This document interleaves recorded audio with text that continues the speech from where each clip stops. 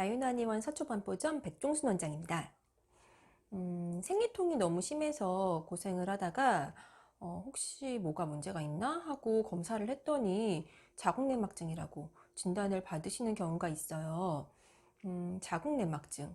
이제 진단받을 때 처음 알게 되는 그런 질환일 가능성이 높아요. 보통은 그렇게 많이 듣게 되는 이름은 아니라서요. 그리고 이제 이름이 비슷한 다른 질환이 또 있거든요. 자궁내막 증식증이라고. 그래서 이제 처음 오시면 잘못 말씀하시는 분들도 많아요. 내막 증식증이라고 하셨는데, 이렇게 잘 들어보면 내막증이고. 그래서 내막증에 대해서 이야기하기 전에 이 두 질환이 뭐가 다른 건지 구분을 좀 해볼게요. 일단 이름에 둘 다 내막이라는 말이 들어가요. 내막증은 내막 때문에 증상이 생긴 거고요. 내막 증식증은 내막이 증식해서 증상이 생긴 거예요. 이게 말장난 같은데, 이게 무슨 말이냐. 내막은 여기에요. 자궁 제일 안쪽, 여기 핑크색. 생리할 때 떨어져 나오고 얇아졌다가 다시 또 두꺼워지고 하는 부분이에요. 근데 이 내막이 두꺼워질 때 과잉 증식을 하는 거예요. 이 원래 두께가 정상 범위가 있거든요. 근데 그걸 넘어서 너무 두꺼워지는 거. 그게 자궁내막 증식증이에요. 여기가 이 안이 두꺼워지는 거죠. 여기가 15mm 이상이면은 정상 범위를 벗어났다고 봐요. 그리고 이제 자궁내막증은 완전 다른 병이에요. 자궁내막이라는 게 원래 자궁 안쪽에 있어야 되는 거잖아요. 근데 얘가 밖으로 나와서 문제를 일으키는 거예요. 밖으로 어떻게 나왔느냐에 대해서는 이론이 여러 가지가 있고요. 오늘은 그 얘기는 패스할게요. 아무튼 그래서 자궁 내막 조직이 자궁 밖에서 발견이 되는데 이때 이제 제일 흔한 게 난소에 혹을 만드는 거예요. 무릎같이 혹이 생기는데 그 안에 자궁내막 조직이 있어요. 피가 들어있는 거죠. 수술을 해서 떼어내서 잘라보면은 안에 피가 들어있는데 얘가 되게 끈적하고 색이 어두워요. 초콜릿 녹인 것처럼. 그래서 자궁내막증, 이 혹을 초콜릿 낭종이라고도 합니다. 혹이 많이 커지면 투수를 하기도 하죠. 근데 사실 더 골치 아픈 거는 자궁내막증은 이제 복강 안쪽, 배 안쪽 어디든 생길 수가 있고요. 복강이 아니고 더 멀리 막 폐 이런 데까지도 갈 수가 있어요. 그래서 그것 때문에 문제가 되는 겁니다. 이제 이 두 가지 구분이 되시나요? 자궁내막 증식증은 증식이니까 자궁내막이 과증식하는 거, 자궁 안쪽에서 문제가 있는 거고, 자궁내막증은 자궁내막 조직이 자궁 밖에 있으면서 문제를 일으키는 거, 문제 지역이 자궁의 바깥에 있는 겁니다. 자, 그러면 이제 생리통 얘기를 좀 해볼게요. 자궁 질환이 있으면 보통 생리통이 심한 경우가 많아요. 자궁 근종이나 자궁 성근증이 있어도 그렇고요. 자궁 내막증도 마찬가지예요. 자궁 내막증이 있으면 생리통이 일반적인 경우보다 많이 심하고 이제 아픈 기간도 길어지거든요. 일반적인 생리통이 보통 뭐 첫날, 둘째 날 아프다면은 자궁 내막증이 있으면 아픈 날이 점점 길어져서 심하면 뭐 생리 며칠 전부터 생리 끝날 때까지 막 한 열흘씩 오랫동안 고생하기도 해요. 그리고 진통제를 먹어도 효과가 별로 없는 경우도 많고요. 이제 혹이 있으면 일단 얘가 공간을 차지하기 때문에 아랫배가 불편할 수밖에 없어요. 그리고 정상적이지 않은 내막 조직들 때문에 계속 염증이 생겨요.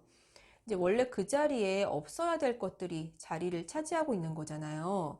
그러니까 우리 몸에서 계속 싸워요. 면역세포들은 얘들을 침입자로 생각해서 공격을 하죠. 게다가 자궁내막 조직이 또 어이가 없는 게 얘가 이제 밖에 있잖아요. 자궁 밖에. 근데 자궁 안에 있을 때랑 똑같이 해요. 뭐를? 호르몬에 대한 반응을. 자궁 내막이 자궁 안쪽에 있을 때 호르몬의 영향을 받아서 두꺼워졌다가 탈락하고 그래서 생리로 나오고 이거를 한 달 주기로 하는 건데 얘들이 다른데 뭐 난소, 자궁 바깥쪽 나팔관, 뭐 방광직장 등등 이런데 딴 데 있을 때에도 똑같이 호르몬의 영향을 받으면서 증식하고 탈락하고를 하는 거예요. 그러면 자궁 안에서는 질 밖으로 나오는 정상적인 통로가 있잖아요.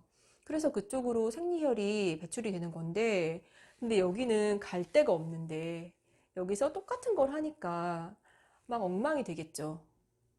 그것 때문에 염증 생기고 유착도 생기고 몸 안에서 이러고 있으니까 생리통이 심해질 수밖에 없어요.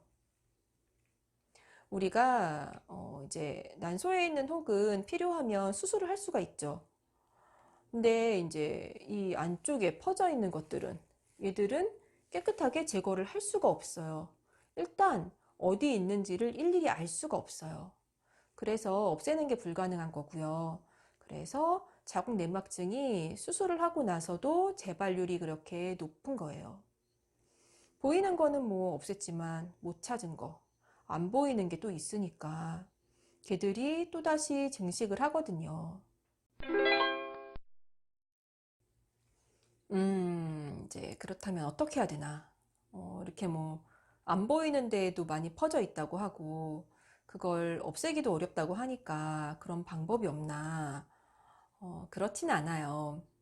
치료하는 방법이 있죠. 우리 몸은 원래 어떤 부위에 원래는 없어야 될 것들이 생겼다. 그러면 그걸 그냥 두고 보지는 않아요. 우리 몸에서 그런 부분을 제거를 하려고 노력을 하고요. 또 이제 그 병적인 부분이 스스로 소멸을 하도록 유도를 하거든요. 우리 몸에서 그런 과정이 원활하게 제대로 일어나도록 해주면 돼요.